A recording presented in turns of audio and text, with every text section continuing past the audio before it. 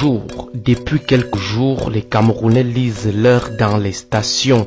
Les ultra-patriotes avec leur excédent de patriotisme. Les je ne fais pas moi la politique et le Cameroun a les plus beaux stades du monde font la queue dans les stations, parcourent des kilomètres en vain au même titre que les antipatriotes déstabilisateurs qui voient tout en noir. Le calvaire que vivent les Camerounais dans les pompes ne tient pas compte des origines ethniques ni des appartenances politiques. La question qui nous interpelle tous ce matin est celle de savoir comment un pays qui figure parmi les 15 pays producteurs de pétrole en Afrique se retrouve toujours en situation de pénurie de carburant et de hausse de prix à la pompe. Comment les Camerounais peuvent-ils souffrir de problèmes de carburant alors que les pays qui sont loin de l'eau concurrencés en matière de production de pétrole sont aux anges? La réponse est simple. Les gens qui agissent sous le couvert de l'État abusent de ses ressources depuis 1982, ont décidé de prendre l'intérêt national avec moins de considération au bénéfice de leurs intérêts privés. Déjà, malgré les moyens et les ressources humaines, les intelligences dont nous disposons, on refuse de nationaliser la chaîne de production du pétrole camerounais. Ce sont les ocres qui viennent nous dire où se trouvent les gisements de pétrole chez nous.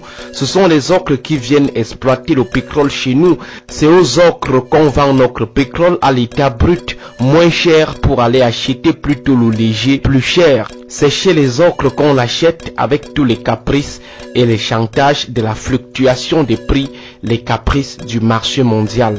Le Cameroun possède l'un des meilleurs pétroles au monde et en quantité hyper importante pour la consommation locale.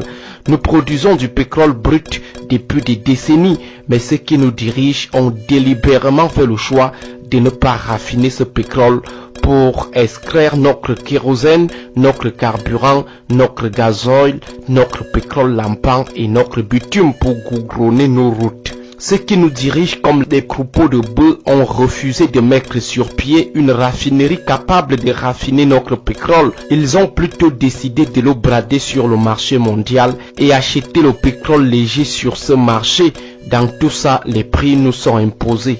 Quand on vend, on nous impose le prix. Quand on achète, on nous impose le prix. Les effets de la dépendance. Or, on n'avait qu'à raffiner notre pétrole à nous et éviter ces pénuries et ces prix capricieux du marché mondial.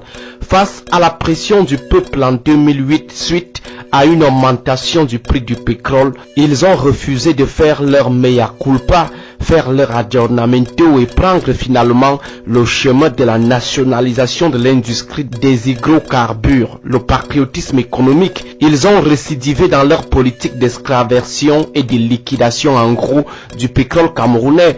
Mais pour calmer le peuple et éviter un soulèvement populaire qui allait stopper leurs ambitions de rester éternellement au pouvoir et de jouir éternellement des ressources du pays, ils vont décider de faire désormais supporter à l'État tout argent qui s'ajoutera sur le prix du carburant à la pompe. La fameuse subvention. Curieusement, les gens qui vous disent que l'État n'a pas de l'argent pour construire une raffinerie capable de raffiner le pétrole camerounais sont les mêmes qui disent au FMI qu'ils sont prêts à dépenser près de 1000 milliards de subventions par an. Pour le seul mois de juin 2022, la subvention est passée de 80 milliards à 317 milliards, une hausse de plus de 300%.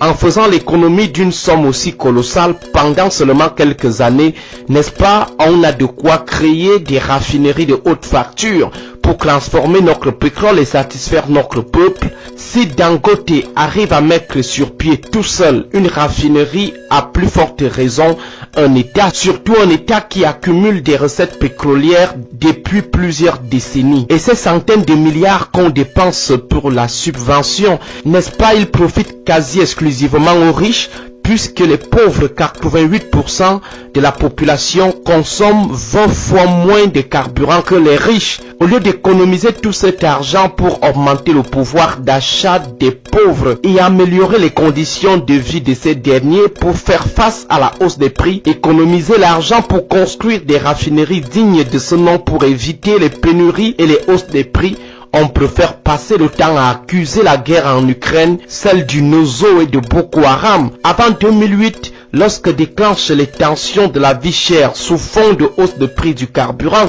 y avait-il déjà toutes ces guerres? Vivement que l'affaire de Glencore ouvre finalement un débat franc sur les hydrocarbures au Cameroun. Bon début de semaine à tous.